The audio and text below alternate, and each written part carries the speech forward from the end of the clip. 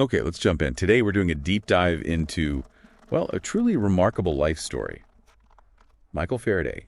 We're starting way back, 1791, London, Newington Butts. Not exactly a science lab environment. No, not at all. The sources paint a picture of real poverty. His father, a blacksmith, struggled, sometimes, just scraps of bread for the family, and formal schooling, very, very little for young Michael. So our mission here is to trace that improbable path. From those beginnings to becoming this giant of science whose work basically lights up the world you live in, what was the spark? How on earth did he manage it? Well, that early environment, it was tough. Defined by lack, really, but the account suggests he was already intensely observant, watching sunlight, sparks from the forge, maybe sensing some kind of invisible force. Right, that keen observation. And it led to what you might call his accidental university. At 13, he had to work, became an apprentice bookbinder, George Rebaugh's shop. And this was crucial, absolutely crucial, because suddenly he had access books. He didn't just bind them, he read them voraciously. Exactly. Things like Isaac Watts' Improvement of the Mind, all about self-education, thinking for yourself, and Jane Marseille's Conversations on Chemistry. That one really clicked, explaining complex science in a way he could grasp. And he wasn't just reading. The sources show him tinkering, experimenting right there in the back of the shop, like candlelight. Making things like Leyden jars from vials, or basic batteries from coins. Applying it immediately, that hands-on approach combined with the reading, that was his method. Then came a big break. A customer, Mr. Dance, gave him tickets. Yeah, tickets to see the Humphry Davy, the famous chemist, lecturing at the Royal Institution. Seeing Davy must have been mind-blowing for him. He took these incredible notes, really meticulous, bound them beautifully, apparently. And later, when Davy needed an assistant because of an eye injury, needed someone neat. Faraday sent him the notes. Audacious, really, but it worked. He got his foot in the door. Though it wasn't exactly glamorous at first. No, far from it. The sources mention his initial role was very low status, almost like a servant to Davy.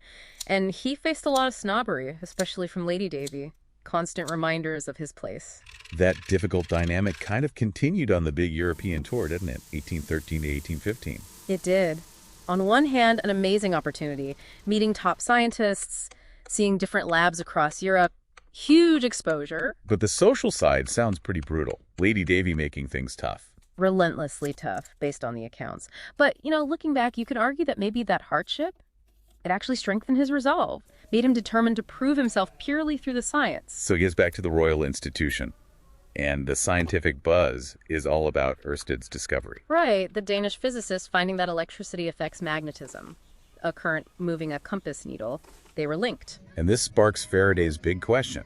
If electricity affects magnetism, can magnetism create electricity? It seemed logical, the symmetry of it, but people were trying with static magnets and getting nowhere. It wasn't working. But Faraday had this intuition. He suspected it wasn't about things just being there. Exactly. He thought the key might be change, motion, something dynamic. And then, 1831, the breakthrough. Really simple experiments, actually. Deceptively simple.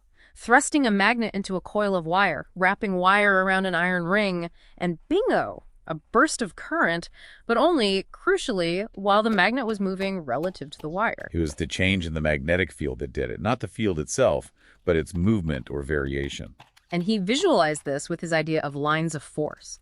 These invisible lines mapping out the magnetic influence. It wasn't heavy math, more of an intuitive picture, but incredibly powerful for understanding what was happening. Something else that really shines through in the sources is his character, his integrity. Absolutely. Deeply shaped by his Sandemanian faith, a small, quite strict Christian sect. Led him to refuse honors, like a knighthood. Wanted to remain, as he put it, plain Michael Faraday to the last. Even refused burial in Westminster Abbey. And, critically, he refused to patent or profit from his discoveries, unlike many others. Yeah, he genuinely believed scientific knowledge was for everyone, should be shared freely. That really set him apart. And the legacy is just immense. Electromagnetic induction, that's the principle behind, well, almost everything. Dynamos, generators, electric motors, transformers. The whole electrical age we take for granted, it starts there. Maxwell later put the math to Faraday's field concepts, but the core insight, that physical intuition, was Faraday's. You could say his real monument isn't stone, it's the hum of electricity all around you. So just think about that journey. From a London slum, barely any schooling, to fundamentally changing the world.